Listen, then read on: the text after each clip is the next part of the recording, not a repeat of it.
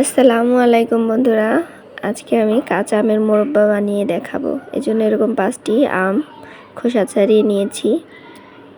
খোসা ছাড়িয়ে ধুয়ে নেওয়ার পর এরকম টুকরো টুকরো করে কেটে নিয়েছি।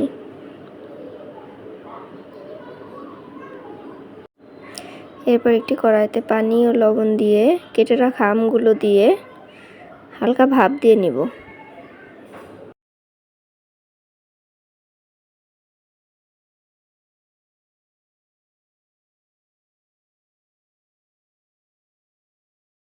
এবার আমগুলো পানি ঝরিয়ে নিব।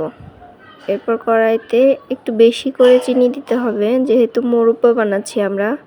একটু বেশি করে চিনি, একটু পানি দিতে হবে চিনিগুলা গলার জন্য। এরপর একটু এলাচ, লবঙ্গ ও তেজপাতা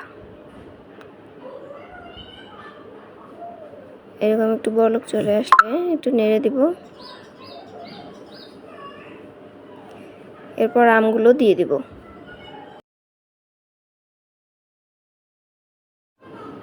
এই পর্যায়ে চুলার আঁচ মাঝারি হিটে রাখতে হবে।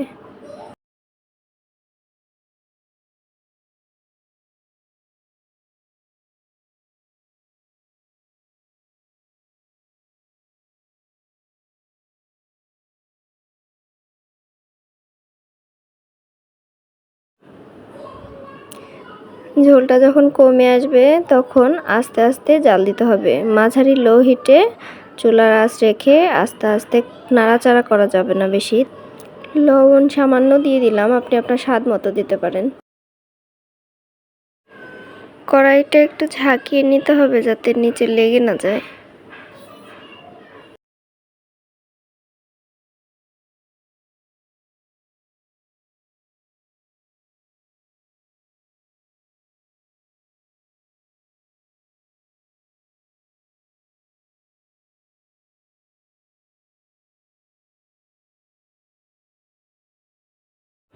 এই তো হয়ে গেছে, এখন নামিয়ে নেওয়ার পালা।